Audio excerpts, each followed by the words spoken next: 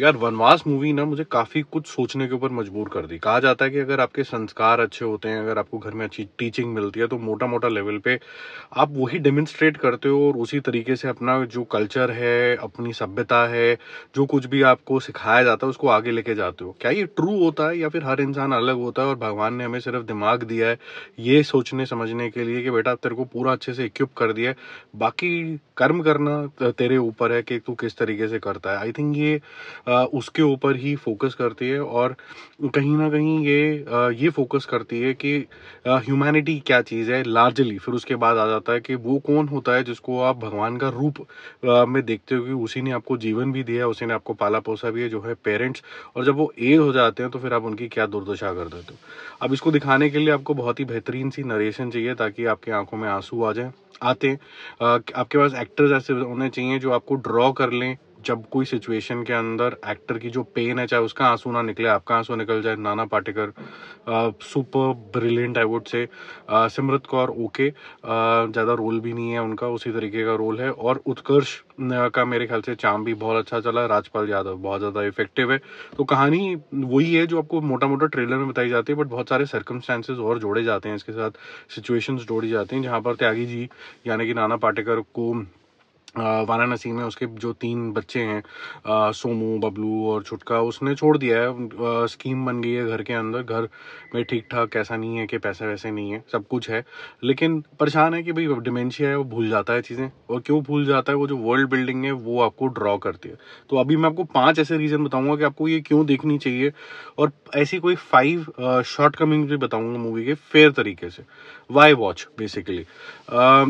एक जो फैमिली होती है, एक फैमिली मैन होता है, वो उसका सारा जीवन इसमें चला जाता है कि किस तरीके से वो अपने एक घरौंदा खड़ा कर पाए, अपना एक लविंग हस्बैंड कैसे डेमोन्स्ट्रेट कर पाए। चाहे वो इतना एक्सप्रेस नहीं करता है, लेकिन आदमी का बहुत बड़ा इंपॉर्टेंट रोल होता है घर को साथ में जोड़े रखने के लिए। माँ का भी उतना इंपॉर्टेंट रोल होता है, लेकिन माँ को मेरे ख्याल से किसी ना किसी वजह से कोई ना कोई मदर्स डे ये डे में इज्जत मिल जाती है। वो जो मैन होता है उससे ये एक्सपेक्टेड होता है तेरे को तो करना ही करना है, ये वैसा उसके ऊपर थोड़ा सा रोशनी डालती है।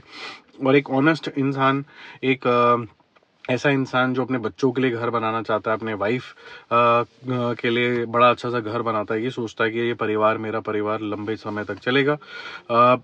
लॉस हो जाता है उसको एक बहुत ज़बरदस्त तरीके से, उसकी वाइफ नहीं रहती है, एज के साथ डिमेंशिया होने लगता है। लेकिन बच्चों को ऐसा लगता है हमारी ज़िंदगी ऑलरेडी बहुत ज़्यादा कॉम्प्लिकेटेड है, हम इसकी कॉम्प्लिकेशन क्यों लें।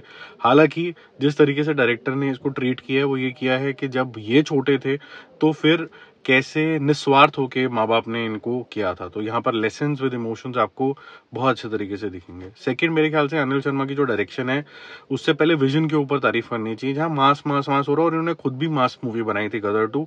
It breaks the, I would say, the jarringness so to say, कि आप इतना डिशुम डिशुम डिशुम डिशुम कर चुके हो, आपको एक छोटा सा अगर ब्रेक चाहिए लाइफ के अंदर, देखिए वो भी मस्ती के लिए जरूरी होता है, एंटरटेनमेंट के लिए होता है।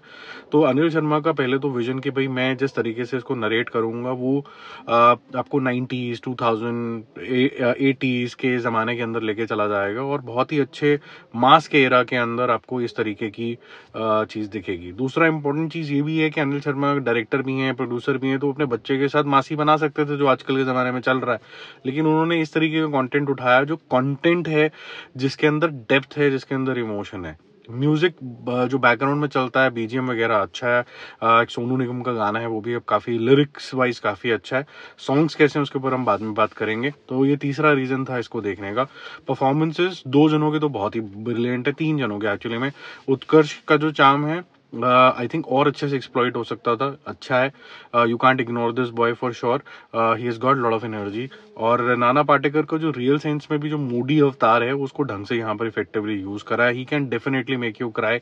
और कैरेक्टर बिल्डिंग के अंदर जो 5वां मेरा स्ट्रॉन्ग पॉइंट है वो ये है कि नाना पाटेकर और जो उत्कर्ष की जो इक्वेशन है, नाना पाटेकर जो फैमिली के लिए जो पुराने सीन्स दिखाए जाते हैं, वो चाहे नाना पाटेकर उसके वाइफ के साथ जो सीन्स हैं वो काफी ज्यादा बिल्डअप का काम करते हैं, क्योंकि आपको वहां से इमोशंस जो हैं वो स्ट्रॉन्ग तरीके से जुड़ने शुरू हो जाते हैं। You can feel the love and the pain both.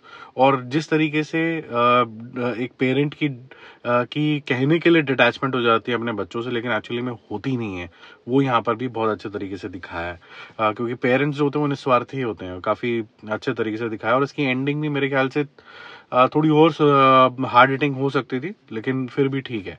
अब नेगेटिव पॉइंट्स की मैं बात करूं तो सबसे बड़ा नेगेटिव पॉइंट तो मैंने इसकी तारीफ में ही बोल दिया था कि मास नहीं है, तो आप देख लेना आपको देखने की नहीं देखनी है। सेकेंड, ये थोड़ी स्लो है, ये अच्छी खासी लंबी चलती है, इसके अंदर सब प्लॉट्स जो है वो काफ़ी ज़्यादा ऐड नहीं करते हैं। और वैसे कैरेक्टर बिल्डिंग के अंदर मैंने राजपाल यादव का नाम नहीं लिया, वो भी उन्होंने भी काफ़ी अच्छा काम किया है इसके अंदर। वाराणसी मेरे ख्याल से अच्छे तरीके से एक्सप्लॉइट होना शुरू हुआ था, लेकिन उसी की वर्ज पे छोड़ दिया गया। और इसके जितने भी डायलॉग्स हैं वो कहीं ना कहीं वो नाटक तरीके के डायलॉग्स हैं, वो रियल कम लगते हैं, ऐसे लगता है कि ये प्रिपेयर कर रहे हो अब इसको। और तीसरा, ये जो लॉन्ग लव स्टोरी यहाँ पर दिखाई गई है वो मेरे ख्याल से इतनी ज्यादा जरूरत थी नहीं। और एंड में मैं यही बोलूंगा कि जहाँ पर म्यूजिक बहुत शानदार है, वहाँ पर सॉन्ग इतना ज्यादा इम्प्रेस आपको नहीं करते हैं। बाकी मेरा मूवी शूवी स्कोर इसके लिए रहेगा 3 स्टार्स आउट ऑफ 5। काफी इफेक्टिव मूवी है ये, but at the same time ये बात भी बोलनी जरूरी होगी कि आज के टाइम के जो फ्लेवर जिस तरीके से चल रहे हैं वो इतने ज़्यादा मेरे ख्याल से वो वाला ऑडियंस तो थिएटर के अंदर शायद नहीं जाएगा, लेकिन जो जाएंगे वो कुछ ना कुछ आंखों में आंसू लेके तो ज़रूर आएंगे। बाकी जल्दी मिलते हो रिव्यूज़ और अपडेट्स से। Stay connected, bye bye.